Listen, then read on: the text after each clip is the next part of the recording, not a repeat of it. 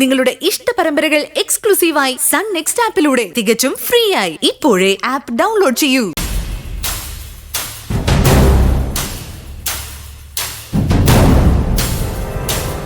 അന്ന് മുതല് ശിവദാസ് സാറിനെ എനിക്കൊരു സംശയം ഉണ്ടായിരുന്നു. ഇതൊന്നും ഞാൻ അറിഞ്ഞില്ലല്ലോ മോളെ. പക്ഷെ കൊലപാതക കേസില് അമ്മയ്ക്ക് ജാമ്യം കിട്ടാതിരിക്കാൻ വേണ്ടി ഈ നിമിഷം വരെ അതിന്റെ പിന്നിൽ കളിച്ച ഒരാളുണ്ട്. ആ ആൾ ആരാണെന്ന് നീ പറയുന്നേ ഇല്ലല്ലോ. ഇങ്ങനെയെല്ലാം ചെയ്യുന്ന ആള് ഒരു വിഷസർപ്പമാണെന്ന് മുത്തശ്ശന് ബോധ്യമായി കാണും അല്ലെ? ബോധ്യമായി. നീ ആളാരാണെന്ന് പറ. എന്റെയും നന്ദന്റെയും ജീവിതത്തില് സന്തോഷം ഇല്ലാതാക്കി ഞങ്ങളെ ഒരു നരകത്തിലേക്ക് തള്ളിവിടാൻ ശ്രമിച്ചതും ഇപ്പോഴും ശ്രമിച്ചുകൊണ്ടിരിക്കുന്നതും ആ ആള് തന്നെയാ.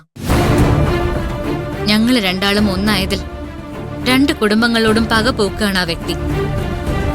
എല്ലാ പ്രശ്നങ്ങളും ഉണ്ടാക്കുന്നത് അവളാ, ദിയ. അതെ മുത്തശ്ശ, ഞാൻ നന്ദന്റെ ഭാര്യയായിട്ടുള്ളപ്പോഴും നന്ദനെ സ്വന്തമാക്കാനെന്ന നാട്യത്തിൽ പ്രണയവുമായി പിന്നാലെ നടക്കുന്ന ദിയ. അവളുടെ ഉദ്ദേശം രണ്ട് കുടുംബങ്ങളെ നശിപ്പിക്കല. അവൾ എന്റെ ശത്രുവാ. അവള് മാത്രമാണ് എന്റെ ശത്രു. അവളുടെ ചെയ്തികൾക്കെല്ലാം കണക്ക് തീർത്തു കൊടുക്കാതിരിക്കാൻ എനിക്കാവില്ല. അവളുടെ നീച പ്രവൃത്തികളുടെ തെളിവുകൾ എന്റെ കയ്യിൽ കിട്ടിയിട്ടുണ്ട്. വെറുതെ വിടില്ല ഞാൻ. അതിനുള്ള തുടക്കമാണ് നന്ദന്റെ അച്ഛന്റെ ഈ കേസ്.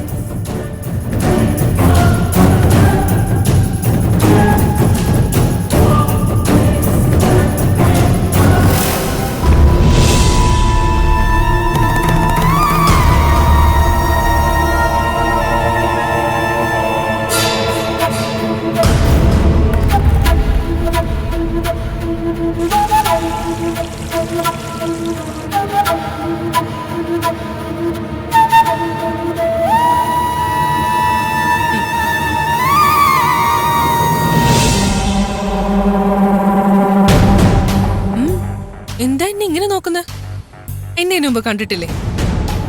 അതെ, എനിക്കിപ്പൊ നിന്നെ ആദ്യമായിട്ട് കാണുന്നത് പോലെയാ തോന്നുന്നേ. അതെയോ? എന്തു പറ്റി? മുമ്പിൽ വരുന്നവരൊക്കെ തട്ടിക്കളയുന്നല്ലേ നീ പറഞ്ഞത്? അതുകൊണ്ട് എനിക്ക് നല്ല പേടിയുണ്ട്. ഓ, അത് എന്നെ തടസ്സപ്പെടുത്താൻ വരുന്നവരെ കുറിച്ചല്ലേ അങ്ങനെ പറഞ്ഞത്? അമ്മ എനിക്കൊരു തടസ്സമാണെന്ന് ഞാൻ കരുതുന്നേയില്ല. നീ അനാവശ്യങ്ങൾ പ്രവർത്തിക്കാൻ തുടങ്ങിയാൽ എനിക്ക് തടസ്സപ്പെടുത്തേണ്ടി വരും.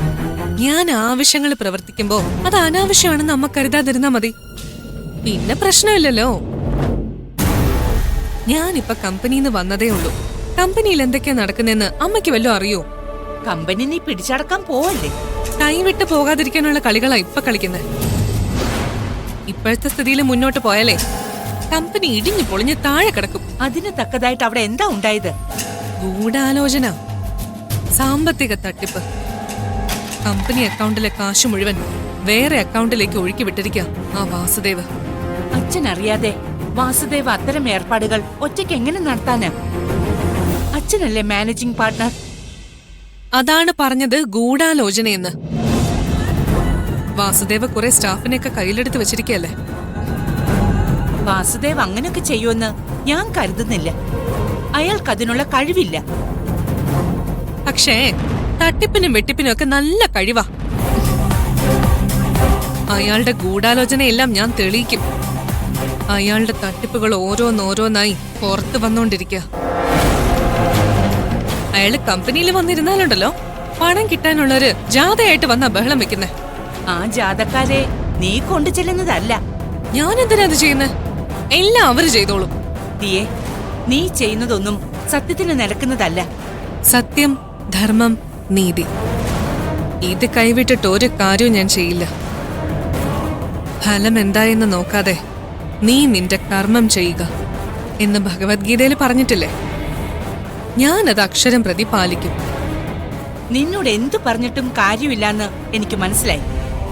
പക്ഷെ ഒരു കാര്യം ഞാൻ പറഞ്ഞേക്കാം. അച്ഛനെ കൊണ്ട് നീ അത്തരം കാര്യങ്ങളൊന്നും ചെയ്യിക്കരുത്. അമ്മ അച്ഛനെ കൊണ്ട് അങ്ങനെ ചെയ്യിപ്പിക്കാതിരുന്നാ മതി. അച്ഛൻ മനസ്സിൽ കരുതുന്നതാ ഞാൻ ചെയ്തോണ്ടിരിക്കുന്നത്. ഞാനേ അച്ഛന്റെ മോളാ. അതേടി, ഞാൻ നിനക്ക് ആരുമല്ല.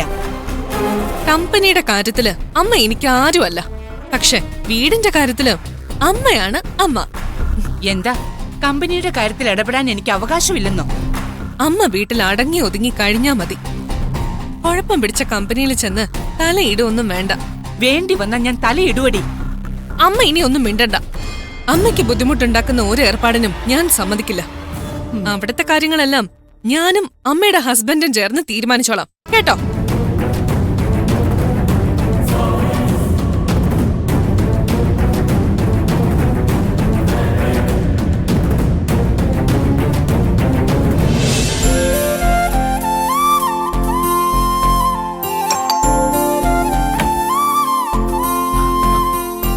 Advocate Madhusudanan, southern enterprises legal adviser.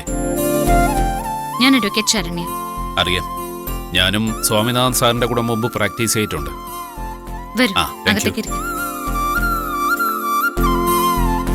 ഇരിക്കൂ. ആ. ദേവ് അസോസിയേറ്റ്സിന്റെ എം ഡി വാസുദേവന്റെ കേസ് ഞാനാണ് നോക്കുന്നത്. ഓഹോ. ദേവ് അസോസിയേറ്റ്സിന്റെ പാർട്ട്ണർ രവിചന്ദ്രനെതിരെയും നിങ്ങൾ ഇതേ കേസ് കൊടുത്തിട്ടുണ്ടല്ലോ. എന്നു മാത്രമല്ല, ദേവ് അസോസിയേറ്റ്സ് കമ്പനിക്കെതിരെയും കേസ് കൊടുത്തിട്ടുണ്ട്. ചെറിയ മാൽ പ്രാക്ടീസ് ഒന്നും അല്ല അവർ ചെയ്തിട്ടുള്ളത്. I agreed. കോടികളുടെ ക്രമക്കേടുകൾ അവിടെ നടന്നിട്ടുണ്ട്. പക്ഷെ എന്റെ കക്ഷി ആ ക്രമക്കേടുകളൊന്നും തന്നെ അറിഞ്ഞിട്ടില്ല എന്നുള്ളതാണ് സത്യം. അതെങ്ങനെയാ? പാർട്ണർമാർ തമ്മിൽ അറിയാതെ ഇടപാടുകൾ നടക്കൂ. ശരിയാണ്, വാസുദേവന് വീഴ്ച പറ്റിയിട്ടുണ്ട്. ഒരു ആബ്സെന്റ് മൈൻഡഡ് രീതിയിലാണ് വാസുദേവ് എന്ന എന്റെ കക്ഷി. അവർക്ക് തമ്മിലുള്ള ഡീഡിൽ പറയുന്നുണ്ട്, കമ്പനിക്ക് ലാഭമുണ്ടാക്കാൻ പറ്റിയ ഏതിടപാടും മാനേജിംഗ് പാർട്ട്ണർക്ക് നടത്താമെന്ന്. അതിന്റെ മറവിലാണ് വലിയ തോതിൽ തട്ടിപ്പുകൾ നടത്തിയിരിക്കുന്നത്. എന്റെ കക്ഷി കേസിൽ പെട്ടുപോയതാ. ഇതൊക്കെ തെളിയിക്കപ്പെടേണ്ട കാര്യങ്ങളാണ്. അതിനാവശ്യമായ മിക്കവാറും തെളിവുകളെല്ലാം എന്റെ കയ്യിൽ കിട്ടിയിട്ടുണ്ട്. അപ്പോ നിങ്ങൾക്കത് കോടതിയിൽ സ്വന്തമായി തെളിയിക്കാമല്ലോ. അക്കാര്യത്തിൽ എനിക്ക് ഉറപ്പുണ്ട്. ഇത്ര കടുത്ത വിശ്വാസവഞ്ചന ആരും ആരോടും കാണിക്കാൻ പാടില്ലാത്തതാ. അപ്പോ ഞങ്ങൾ കരുതിയതിനേക്കാൾ വലിയ തകർച്ചയിലാണ് ദേവ് അസോസിയേറ്റ്സ്. അതെ, അതിൽ നിന്നൊന്ന് കരകയറണമെങ്കിൽ വളരെ വലിയ അധ്വാനം വേണ്ടിവരും. രവിചന്ദ്രനാണെങ്കിൽ ഈ കമ്പനി മുക്കി മറ്റൊന്ന് തുടങ്ങാനുള്ള ഉദ്ദേശത്തിലാണ്. എന്തായാലും കമ്പനി പാർട്ണർമാർ തമ്മിൽ തർക്കമുള്ളത് ഞങ്ങൾക്ക് നോക്കേണ്ട കാര്യമേ ഇല്ല. അഡ്വാൻസ് ഇനത്തിൽ വലിയ തുകകളാണ് മെറ്റീരിയൽസിനായി ദേവ് അസോസിയേറ്റ്സിന് ഞങ്ങളുടെ കമ്പനി നൽകിയിട്ടുള്ളത്. സ്റ്റോക്ക് ഇല്ലെന്ന കാരണം പറഞ്ഞ് 8 മാസത്തോളമായി ഡെലിവറി നടത്തിയിട്ടേയില്ല. ഇൻട്രസ്റ്റ് അടക്കം വലിയൊരു തുകയുണ്ട്. അതുകൊണ്ട് ഇനിയും കാത്തിരിക്കാൻ സാധിക്കില്ലാത്ത അവസ്ഥ വന്നപ്പോഴാ ഞങ്ങൾ കേസുമായിട്ട് ഇറങ്ങിയത്. ഈ സമൻസ് ഇപ്പോ വാറന്റ് ആയിട്ടുണ്ട്. അത് ഈ ഫ്രൈഡേയാ. രവിചന്ദ്രനും അന്ന് തന്നെയാ ഹാജരാകേണ്ടത്. കനത്ത തുക കെട്ടിവെക്കാതെ ജാമ്യം കിട്ടാൻ പോകുന്നില്ല. അതിപ്പോ നിങ്ങളുടെ കക്ഷി വാസുദേവനും ബാധകമാണ്. അതറിയാം. വാസുദേവ് തികച്ചും പാപ്പരായി കഴിഞ്ഞ വ്യക്തിയാണ്. ജയിലിലേക്ക് പോകേണ്ടി വന്നാൽ അതിനും തയ്യാറായിരിക്കുകയാണ് അദ്ദേഹം. എന്നാൽ രവിചന്ദ്രന്റെ കാര്യം അങ്ങനെയല്ല. സമ്പത്ത് മുഴുവൻ അയാൾ കൈയടക്കിയിരിക്കുകയാണ്. ഒരു ജയിൽവാസം അയാൾക്ക് സഹിക്കാവുന്നതിലും അപ്പുറമായിരിക്കും. വക്കീൽ എന്താ പറഞ്ഞു വരുന്നത്? നിങ്ങൾക്ക് അഡ്വാൻസായി ദേവ് അസോസിയേറ്റ്സിന് കൊടുത്ത പണം പലിശയടക്കം തിരികെ കിട്ടണം. അതല്ലേ വേണ്ടത്? അതെ, എത്രയും വേഗം കിട്ടിയാൽ അത്രയും നല്ലത്. കേസ് കോടതിക്ക് പുറത്തു വെച്ച് തീർപ്പാക്കാമെന്ന് നിങ്ങളൊന്ന് പറഞ്ഞു നോക്കൂ. മിക്കവാറും അയാൾ അതിന് തയ്യാറായിരിക്കും. അതല്ല അയാൾ വിസമ്മതിക്കുകയാണെങ്കിൽ ഒരു പ്രധാനപ്പെട്ട കാര്യം ഞാൻ നിങ്ങൾക്ക് തരാം. അതിൽ അയാൾ വീണിരിക്കും. എന്താ മേഡം അത്? ഈ വരുന്ന ഫ്രൈഡേ രവിചന്ദ്രൻ വിദേശത്തുനിന്ന് വരുന്നതായിട്ട് ഒരു ഇൻഫർമേഷൻ ഉണ്ട്. ഇപ്പൊ ഇഷ്യൂ ചെയ്തിരിക്കുന്ന വാറണ്ടിലൂടെ രവിചന്ദ്രനെ അറസ്റ്റ് ചെയ്യാൻ കഴിഞ്ഞാൽ താൽക്കാലികമായി കോടതി അവധിയായതിനാൽ രവിചന്ദ്രൻ എന്തായാലും റിമാൻഡിൽ കഴിയേണ്ടി വരും.